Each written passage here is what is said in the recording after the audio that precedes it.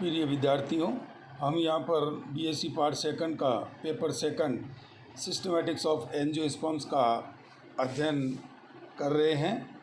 Angiospermic taxonomy में हमने पिछले कुछ लेसन्स में टैक्सोनॉमी के बारे में जानकारी प्राप्त की।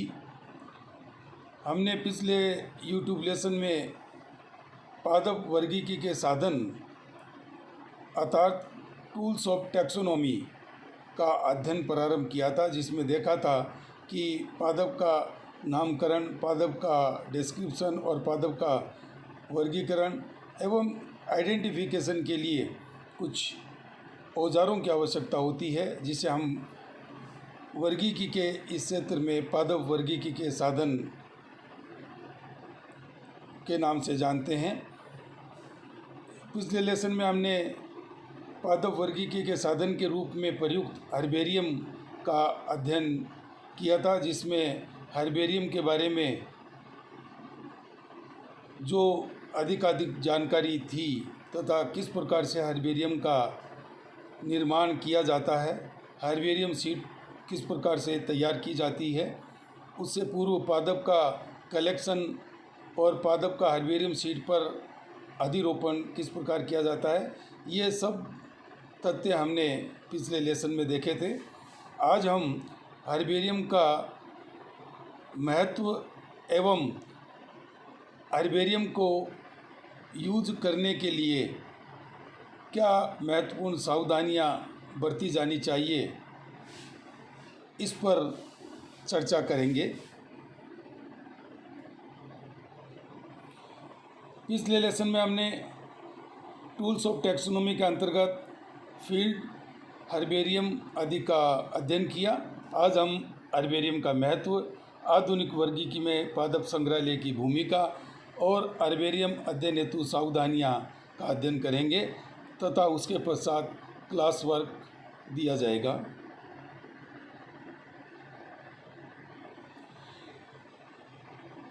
हर्बेरियम का निर्माण बहुत लंबे समय से किया जा रहा है। गिनी द्वारा पादप को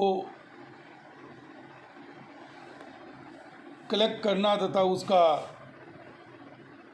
पेपर के ऊपर चिपकाने का कार्य बहुत प्राचीन कार्य था।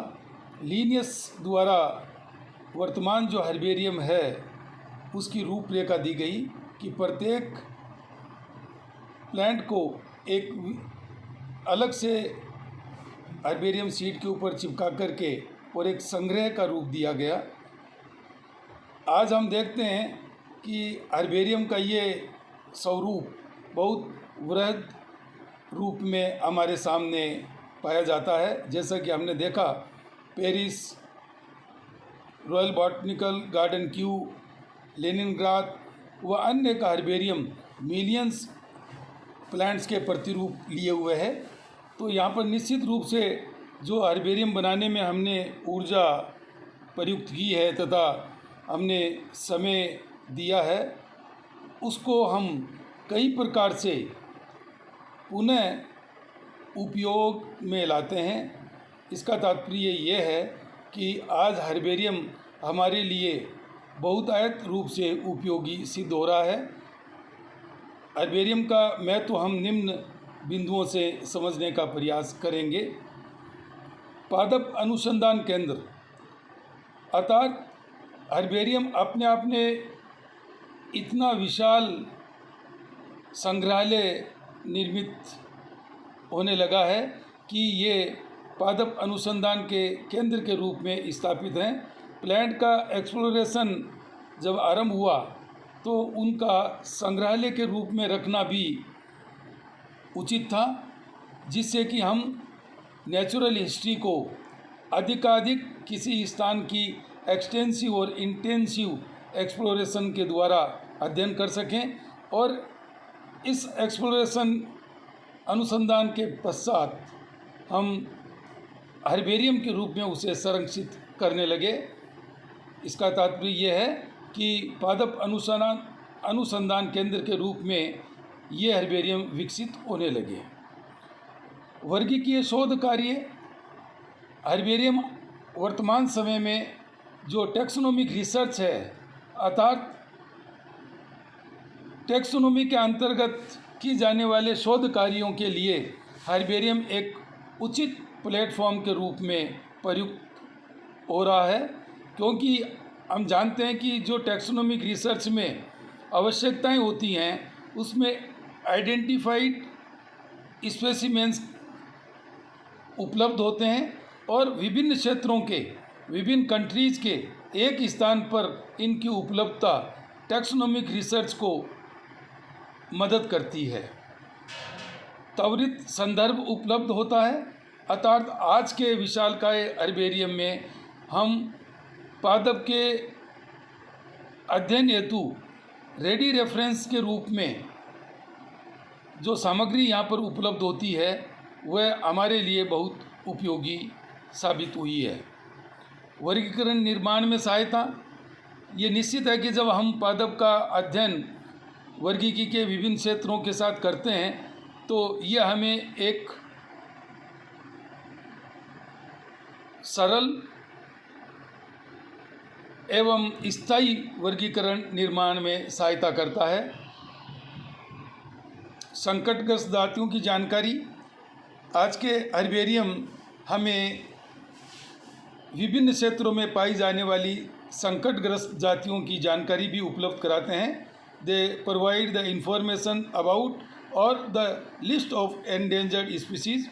जैसा कि हम जानते हैं कि एक स्थान पर जहां हर्बेरियम संग्रहालय है वहां पर विविध प्रकार के प्रतिरूपों की उपलब्धता से हम ये निश्चित रूप से निष्कर्ष पर पहुंच सकते हैं कि कौन सी जातियां किस क्षेत्र में संकटग्रस्त है, रेयर है, आदि आदि। पादप की पहचान, जैसा कि हम जानते हैं कि हर्बेरियम का विकास का प्रारंभिक बिंदु ही पादप की पहचान के लिए पादप का कलेक्शन था। तो यहाँ पर पादप की जो कलेक्शन के द्वारा हमें इनके पहचानने में जो सहायता मिलती है वह निश्चित रूप से हर्बेरियम की महत्वता को और बढ़ा देता है। मोनोग्राफ लेखन में सहायता, जैसा कि हम जानते हैं कि वर्गीकीय साहित्य का लेखन वर्गीकीय इतिहास के साथ साथ समृद्ध हुआ है। यहाँ पर हम देखते हैं कि जो कार्य हमने वर्गीकी के क्षेत्र में किया है उसका लिखित प्रमाणिक जो उल्लेख है वह रिविजन्स, मोनोग्राफ, आइकॉन्स, फ्लोरा आदि के रूप में उपलब्ध कराया जाता है और ये सभी वर्गीकीय साहित्य हम हर्बेरियम की सहायता से लिखने में सफल हुए हैं। तो कहने का तात्पर्य यह है कि ये वर्गीकीय साहित्य को कलमबद्ध करने में बहुत महत्वपूर्ण भूमिका निभाते हैं। वर्गीकीय समस्या का निराकरण, हम जानते हैं कि पादप के बारे में विभिन्न प्रकार की जो समस्याएं हैं उनका डिस्ट्रीब्यूशन, उनका एवोल्यूशन और अन्य समस्याएं, उन सब समस्याओं को एक निश्चित स्थान पर, एक प्लेटफॉर्म पर हम सॉल्व करने में या निराकरण करने में सफल हुए हैं और उसका श्रेय हमें हर्बेरियम को भी दिया जाना चाहिए। जातिवर्ग संबंधों को जानना, पादप के या पादपों के मध्य निहित जो फाइलोजेनेटिक रिलेशनशिप या इंटर रिलेशनशिप विद्यमान है उनका अध्ययन हम रूबरू पादपों के प्रतिरूप को देख कर के भी प्राप्त कर सकते हैं। इसलिए यहाँ पर ये जातिवर्ग संबंधों को बताने में सहायक सिद्ध हुए हैं। पादप या वनस्पति की सूचना या जानकारी केंद्र के रूप में आज विशालकाय हर्बेरियम लाखों प्रतिरूपों के साथ विद्यमान है जो कि वेजिटेशन और पादप की मुख्य सूचनाएं देने में हमारी सहायता करते हैं और वर्तमान समय में टैक्सोनॉमी के विचार एवं प्रैक्टिस में क्या करेंट ट्रेंड्स रहे हैं इसको बताने में ये सफल हुए हैं।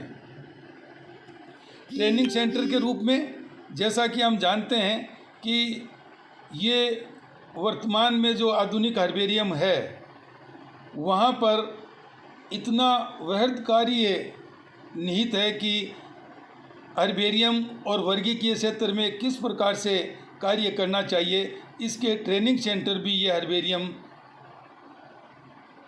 के रूप में दृष्टिगत हुए हैं।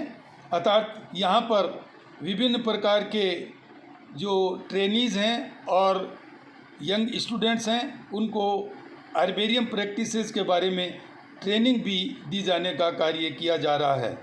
महत्वपूर्ण पादपों की स्थानीय क्षेत्रीय उपलब्धता आदि आदि की ठीक सूचना हम हर्बेरियम से प्राप्त कर सकते हैं, क्योंकि हम देखते हैं कि हर्बेरियम शीट के ऊपर जहाँ से हर्बेरियम प्रतिरूप इकट्ठा या कलेक्ट किया गया है उसकी सूचनाएं फील्ड डायरी से एवं हर्बेरियम शीट से उपलब्ध होने की संभावना या उसको वास्तविक सूचनाएं प्राप्त होने की संभावनाएं बहुत अधिक रहती हैं। ये हर्बेरियम आज के समय में रिपोजिटरी यानी संग्रह निधि के रूप में भी प्रयुक्त हुए हैं। अर्थात अन्य प्रकार की जो आवश्यक सूचनाएं, उदाहरण के तौर पर क्रोमोसोम्स, कीमोटेक्सोनोमी और एक्सपेरिमेंटल वाउचर स्पेसिमेन आदि के रूप में एक निश्चित संग्रह निधि के रूप में प्रयुक्त हुए हैं। पादप की अन्य शाखाओं के लिए प्रयुक्त सामग्री उपलब्ध कराने का केंद्र भी आज के हर्बेरियम रहे हैं। अर्थात हम बॉटनी के अन्य जो ब्रांचेज हैं जैसे पेलाइनोलॉजी, एनाटॉमी, पादप के केमिकल एस्पेक्ट्स आदि जो वांछनीय शाखाएं हैं उसके बारे में हर्बेरियम अधिकाधिक जानकारी उपलब्ध कराने के साधन भी हैं। एक हर्बेरियम दूसरे हर्बेरियम को या एक जिज्ञासु बॉटनिस्ट को अध्ययन के लिए प्रतिरूप के रूप में ये लोन सुविधा देने में भी सहायक सिद्ध हुए हैं तथा राष्ट्रीय पादप संसाधन को संधारित करने में तथा आमजन के लिए पादप की जानकारी प्रदत्त करने में भी आज आधुनिक हर्बेरियम बहुत उपयोगी सिद्ध हुए हैं। विद्यार्थियों, इस प्रकार हमने देखा कि हर्बेरियम का जो कार्य था वह पादप की पहचान, नामकरण और वर्गीकरण तक ही सीमित नहीं है। ये अब विभिन्न प्रकार की जानकारियाँ हमें प्रदान करने में सहायता करते हैं। जैसा कि अभी पूर्व में बताया कि हर्बेरियम के लिए पादप अनुसंधान आवश्यक है। अर्थात जैसे जैसे हमने एक स्थान या दूसरे स्थान का पादप अनुसंधान एक्सप्लोरेशन किया, उनको अध्ययन करने की जिज्ञासावश उनका कलेक्ट करके और उनको एक हर्बेरियम के रूप में निर्मित किया, वही हर्बेरियम आगे से आगे हमें पादप के अनुसंधान को प्रेरित करता है तथा ये एक दूसरे के पर्याय बनते हुए पादप अनुसंधान की प्रक्रिया के साथ साथ पादप हर्बेरियम का विकास एवं विभिन्न स्थानों पर नए नए हर्बेरियम निर्माण की व्यवस्था बनती गई। भारत में भी पादप अनुसंधान का जो उल्लेख हमें मिलता है उसको हम संक्षेप में देख लेते हैं।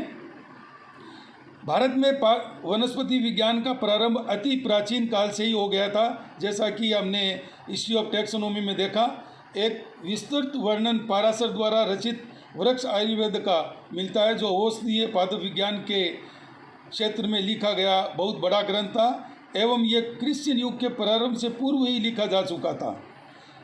इसके अलावा पादप अनुसंधान का जो लिखित उल्लेख हमें मिलता है उसमें सबसे पहले भारत में पुर्तगालियों ने आधिक रूप में वनस्पति अनुसंधान प्रारंभ किया था। कुछ प्रमुख जो व्यक्ति हैं और उनका जो योगदान है वो हम संक्षेप में देखते हैं। गार्सिया डी ओर्टा ये 1563 में औषधीय पादप का वर्णन कोलोक्यूस डोस सिंपलिस द इंडिका नामक ग्रंथ में प्रकाशित किया, इस रूप में प्रकाशित किया। सी एकोस्टा 1578 में ट्रैक्टेडो ड लास ड्रोगास नामक ग्रंथ का प्रकाशन किया। हेनरिक वैन रीड ये मालाबार के गवर्नर थे, डच वनस्पति शास्त्री थे। 1676 में भारतीय पादपों का संग्रह किया तथा उसका विवरण 13 संस्करणों में प्रस्तुत किया, जिसमें 794 प्लेटें भी सम्मिलित थी। ये ग्रंथ हॉर्टस इंडिकस मेलाबारिकस नाम से जॉन कोमेलिन के संपादन में प्रकाशित हुआ।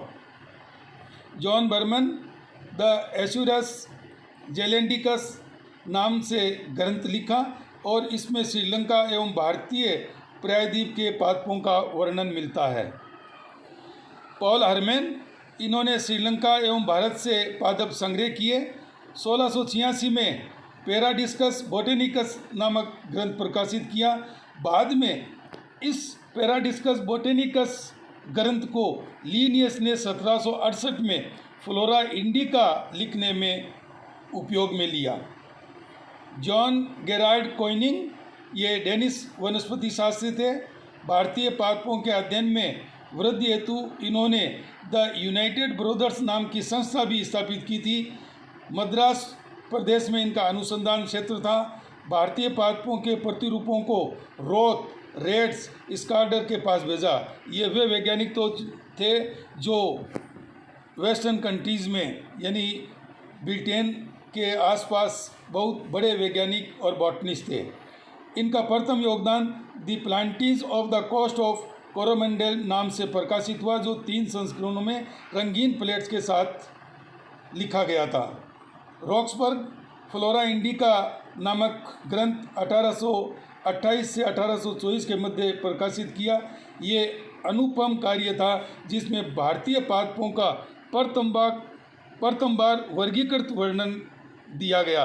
इसमें 2533 रंगीन हस्तचित्र भी प्रस्तुत किए गए थे। डॉक्टर फ्रांसिस बुचमैन, अब यहाँ पर देखिए आप कि royal botanical garden Shivpur Calcutta का स्थापना के बाद में भारत में पादप अनुसंधान का कार्य तीव्र गति से हुआ और इसमें रॉयल बॉटनिकल गार्डन का बहुत बड़ा योगदान रहा और इसके जो अधीक्षक थे उनका भारतीय पादप के अनुसंधान में महत्वपूर्ण भूमिका रही। तो यहाँ हम देखते हैं डॉक्टर फ्रांसिस बचमैन, ये रॉक्सबर्ग का उत्तराधिकारी था और रॉयल बॉटनिकल गार्डन का तृतीय अधीक्षक था। लेफ्टिनेंट कर्नल रॉबर्ट किड, ये रॉयल बॉटनिकल गार्डन का स्थापक या संस्थापक एवं प्रथम अधीक्षक था। सर विलियम रॉक्सबर्ग, किड का उत्तराधिकारी के रूप में royal botanical garden Shivpur Calcutta का अधीक्षक नियुक्त हुआ। सर विलियम रॉक्सबर्ग को भारत के लीनियस के रूप में जाना जाता है। इनका कार्य क्षेत्र नेपाल एवं भारत के पादपों का अध्ययन रहा। नाथालिन वालिच, ये बुचमैन के उत्तराधिकारी के रूप में रॉयल बॉटनिकल गार्डन के चतुर्थ अधीक्षक बने। नेपाल, दक्षिण भारत, दक्षिणी बर्मा का संग्रह इन्होंने किया। उनको डी कैंडोल, बैंथम, कुंत, लिंडले आदि को अध्ययन के लिए भेजा। डी कैंडोल, बैंथम आदि का नाम से आप परिचित हैं। वालिस ने सन 1828 से 1849 में वॉलकेट नाम से सूचीपत्र में इनको प्रकाशित किया। उनका मुख्य योगदान प्लांटी एशियाटिकी रेरियोरेस नाम से 3 संस्करणों में फ्लोरा का प्रकाशन हुआ। रॉबर्ट विक, मद्रास प्रदेश एवं भारतीय प्रायद्वीप के पादपों का अध्ययन इन्होंने किया। विलियम ग्रिफिथ, आसाम घाटी, बर्मा, सिक्किम, मध्य भारत एवं मलक्का में पादप संग्रह किया और 9000 जातियों को एकत्रित किया। जोसेफ डाल्टन हुकर, इसका नाम आपने हिस्ट्री ऑफ टैक्सोनॉमी में बैंथम एंड हुकर वर्गीकरण के तहत अध्ययन किया था। Joseph Dalton Hooker Bentham Hooker वर्गीकरण के मुख्य संभागी थे और भारत में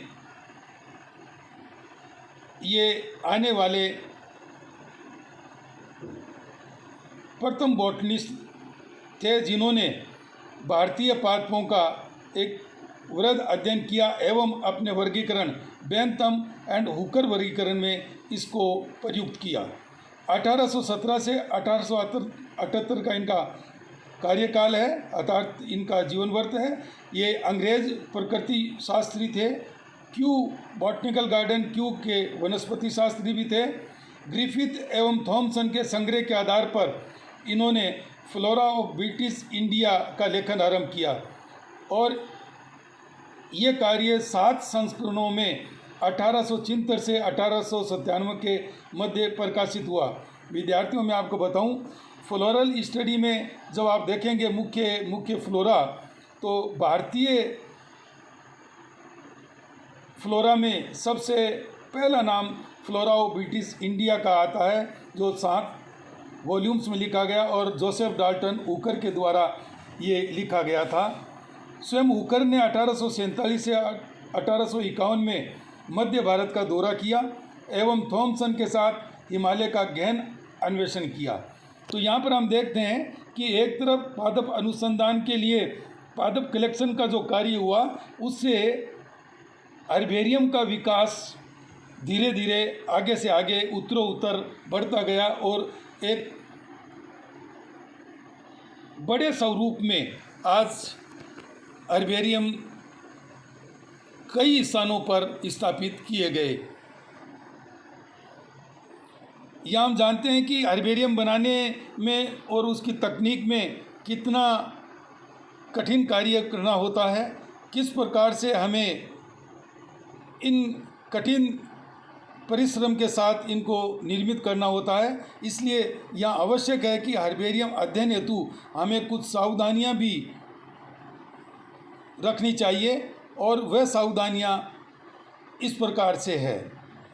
हर्बेरियम प्रतिरूप को अत्यंत सावधानीपूर्वक ही देखना चाहिए या अध्ययन करना चाहिए, क्योंकि ये वर्गीकीय संसाधन हैं तथा वैज्ञानिक महत्व की धाती हैं तथा पुनः अप्राप्य हैं, अर्थात ये रिप्लेसेबल नहीं है।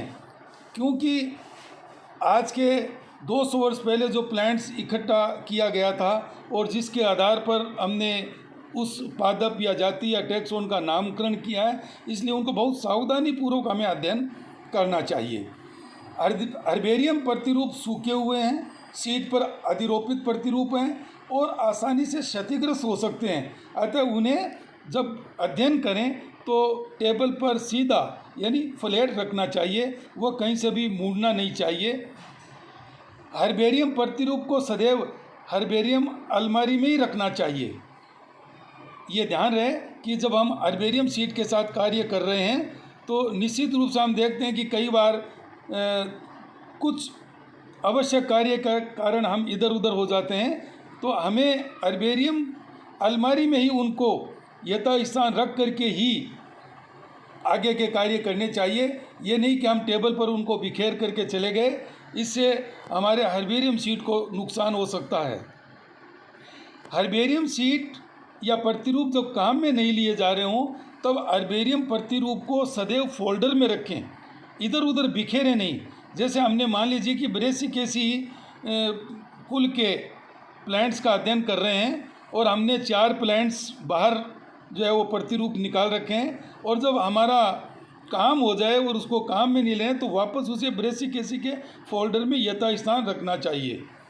हर्बेरियम प्रतिरूप पर किसी प्रकार की कोई भारी वस्तु या पुस्तकें ना रखें, क्योंकि हमारी एक सामान्य आदत होती है कि हम किसी चीज़ को दबा करके रख देते हैं कि इधर उधर ना हो, लेकिन हर्बेरियम शीट पर जब हम कार्य कर रहे हो तो हमें इसके ऊपर किसी प्रकार की पुस्तक या भारी वस्तु नहीं रखनी चाहिए, क्योंकि इसके ऊपर जो पादप अधिरोपित है वह क्षतिग्रस्त होने वाला है। इसलिए हमें इसके ऊपर किसी प्रकार की पुस्तक आदि नहीं रखनी चाहिए। हर्बेरियम प्रतिरूप को एक स्थान से दूसरे स्थान पर यदि हम शिफ्ट करें या अपन टीचर्स को डिस्कस करने के लिए ले जाना हो या अपने मित्र या साथी के साथ उसका डिस्कशन करना हो तो उसे आवश्यक सहारा देकर ही एक स्थान से दूसरे स्थान ले जाना चाहिए। हर्बेरियम प्रतिरूप को ले जाते वक्त चाहे दूरी कम ही क्यों ना हो, फिर भी उसको सपोर्ट देना चाहिए। यदि आपको लगता है कि प्रतिरूप किसी प्रकार से क्षतिग्रस्त हो रहा है तो तुरंत पालक को सूचित करें, यानी हर्बेरियम क्यूरेटर को इस बात की सूचना दें कि अमुक हर्बेरियम शीट मैंने देखी है और ये क्षतिग्रस्त हो रही है, जिससे कि उसका बचाव किया जा सके। हर्बेरियम शीट पर कुछ भी ना लिखें। ये बहुत महत्वपूर्ण सावधानी है। विद्यार्थी जीवन में ये एक आदत बन जाती है कि जब वह किसी चीज़ को डिस्कस कर रहा होता है तो उसका पेन पेंसिल, उसका हाथ जो है वो कहीं ना कहीं कुछ न कुछ लिखने में लगा रहता है। तो यहाँ पर इस बात को गांठ बांध करके रखें, हर्बेरियम शीट पर जो सूचनाएं उपलब्ध कराई गई हैं वो अपने आप में पूर्ण है, इसलिए आप उसके ऊपर किसी प्रकार से कुछ भी ना लिखें। यदि कहीं पर आपको संशय है तो आप हर्बेरियम क्यूरेटर को इसकी सूचना दें। बिना आज्ञा के कुछ भी हर्बेरियम अलमारी में न रखें और हर्बेरियम प्रतिरूप को भी इधर उधर न रखें।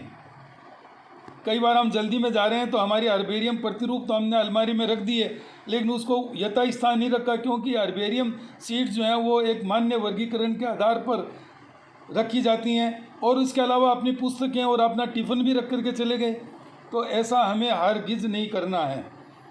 यदि आपने दूसरी संस्था से हर्बेरियम प्रतिरूप लोन लिए हैं तो समय पर उसको रिटर्न करें, यानी लौटाने का कार्य करें, क्योंकि ये आवश्यक जो प्रतिरूप हैं ये अन्यों को भी अध्ययन करने में सहायता प्रदान करते हैं, इसलिए आप उसे लेकर के न रहें, उसको वापस यथा समय पर रिटर्न करने का कार्य करें। यदि आपने दूसरी संस्था से हर्बेरियम प्रतिरूप लोन लिए हैं तो इसे सुरक्षित रखने की जिम्मेदारी भी आपकी है। इसे फायर प्रूफ, डस्ट प्रूफ और पेस्ट फ्री केसेस में या अलमारी में रखने का कार्य भी आप करें। इस प्रकार हम देखते हैं कि सामान्य जो त्रुटियां हमारे दैनिक जीवन में हम कर सकते हैं, वो जब हर्बेरियम अध्ययन कर रहे हैं उस समय हमें बहुत सावधानी से कार्य करना चाहिए और इन सावधानियों को हमें प्रयुक्त करते हुए ही पादप हर्बेरियम के साथ कार्य करना चाहिए। आज का क्लास वर्क कुछ टिप्पणियां हैं जो आपको 50-100 शब्दों में लिखनी हैं। जैसा डिमांड है उसी हिसाब से आप इसको तैयार करें। टिप्पणी नंबर 1, हर्बेरियम अध्ययन हेतु सावधानियाँ। नंबर 2, हर्बेरियम का महत्व। नंबर 3, आधुनिक वर्गीकी में पादप संग्रहालय की भूमिका। नंबर 4, भारत में पादप अनुसंधान।